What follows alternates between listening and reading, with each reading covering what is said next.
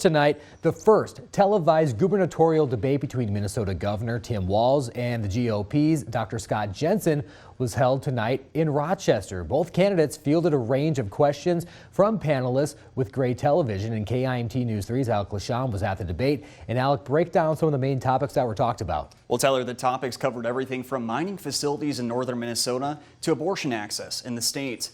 Walz and Jensen are no strangers to each other and have worked together in the past on previous laws like the Alex Smith Affordability Act. But tonight, their first time this year going ahead in a debate.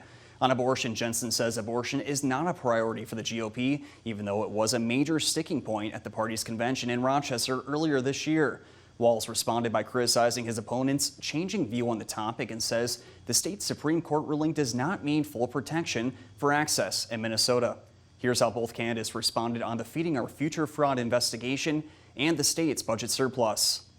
The federal government relaxed some of their rules and they sent out, as they should have, aid to states in the terms of unprecedented numbers. Now, making sure those safeguards are in place, absolute priority.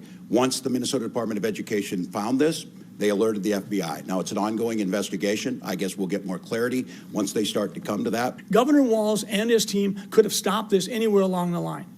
But when it was getting warm in the kitchen for Governor Walz, because basically it appears that there's a cover-up, two questions are huge on all of our minds. What did Governor Walz know, and when did he know it? I agreed together with Republicans as we signed our names before they walked away that we would leave $4 billion of this on the bottom line. We would put $4 billion in middle-class tax cuts specifically aimed at the Social Security tax and renter's credit, and we would put $4 million investing in long-term care, public safety, education, and then get the matching funds for the transportation bill. It was a fair deal. It was smart.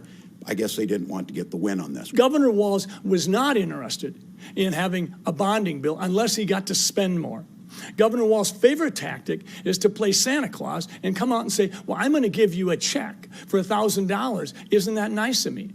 I would say this: if you would stop the waste, the fraud, the abuse, the cost overruns, and pay attention, you would save every family in Minnesota $1,000.